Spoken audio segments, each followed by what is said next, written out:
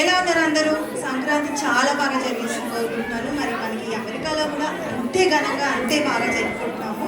మరి ఇలాంటి ఈ సంక్రాంతి సంబరాల్ని ఎంతో ఘనంగా ఆహ్వానించడానికి మనము తెలుగుబడి పిల్లలు ఒక స్వరాలతో మొదలు పెట్టబోతున్నారు.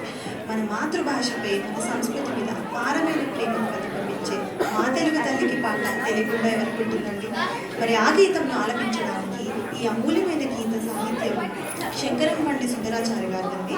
సంగీతం అండ్ గానం టంగుటూరి సూర్యకుమార్ గారు.